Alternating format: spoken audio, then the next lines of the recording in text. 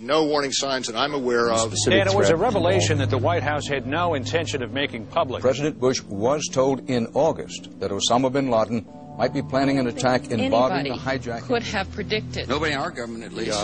August 6th PDP. I believe the title was Bin Laden Determined to Attack Inside the United States.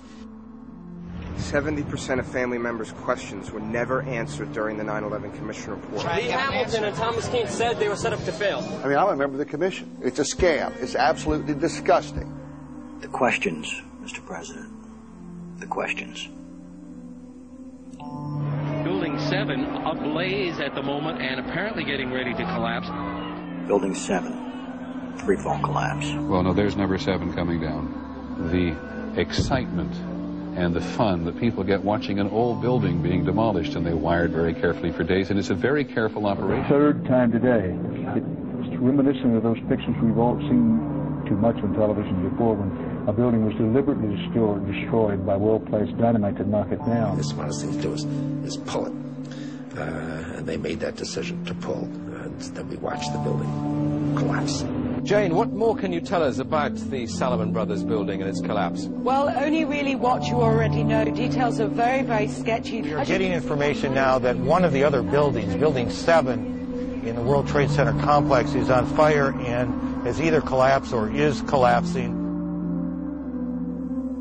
The Pentagon. Vanishing airplane. From my close-up inspection, there's no evidence of a plane having crashed anywhere near the Pentagon. The only site is the actual site of the building that's crashed in, and as I said, the only pieces left that you can see are small enough that you could pick up in your hand.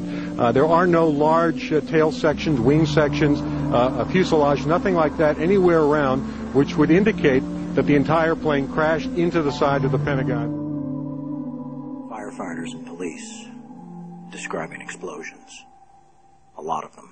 The secondary explosion. We've got numerous people covered with dust from the secondary explosion. Just floor by floor instead of popping out. It was if they had detonated. Detonated. They were planned to take down a building. Boom, boom, boom, boom, boom, boom, boom. Looks sort of like the building just demolished. Even if there was no secondary explosives in the building. Kind of like gunfire.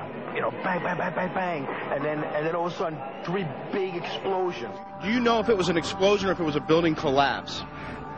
To me, it sounded like an explosion. Chief Albert Turry told me that he tried to get his men out as quickly as he could, but he said that there was another explosion which took place, and then an hour after there was another explosion in one of the towers here. Sibel Edmonds, FBI translator, breaking her gag order. All our intimate relationship with Bin Laden and Taliban. We did carry very intimate relationship with these people all the way up to September 11. Bin Laden was spirited into this military hospital in Rawalpindi for kidney dialysis treatment. The military had him surrounded. They were saying that Osama bin Laden had to be watched carefully and looked after. NORAD standing down. Where were the planes? On now to one of the eeriest moments amid the carnage of 9/11. A mysterious plane was seen flying right over the president's residence. The E-4Bs over New York and Washington, otherwise known as the Doomsday Planes. It has never been officially explained. Cell phones working at impossible altitudes. Solicitor General Ted Olson receiving phone calls that the FBI says were never made. What happened during that call? This is the only information we have on these terrorists. She was able to call him twice. How she could pull that off, we don't know, but she did.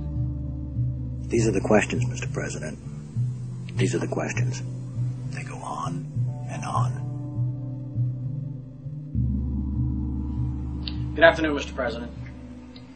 I come to you today representing the families of the victims of September 11th, as well as millions of my fellow Americans. Hopefully by now you've had a chance to read my letter to you, 20 Minutes with the President, and if not, at least had its contents brought to your attention. We have questions, Mr. President. Lots of questions. A lot of them are detailed in my letter, but trust me, there are hundreds of more questions. As my letter chronicles, sir, The 9/11 Commission itself says they were lied to, deceived, and essentially prevented from carrying out a real investigation. The people of the United States and the world demand the truth, sir. We have to continuously ask questions. That's what a patriot does. That's what a true American does. We ask questions. You, sir, have the power as well as the responsibility to initiate a truly independent congressional investigation into the events of 9/11 as well as its aftermath. We want our country back, Mr. President. Therefore, I'm not just calling on you and your team. I'm calling on each and every American citizen to wake up, stand up, and demand the truth. We're counting on you, Mr. President. Be on the right side of history.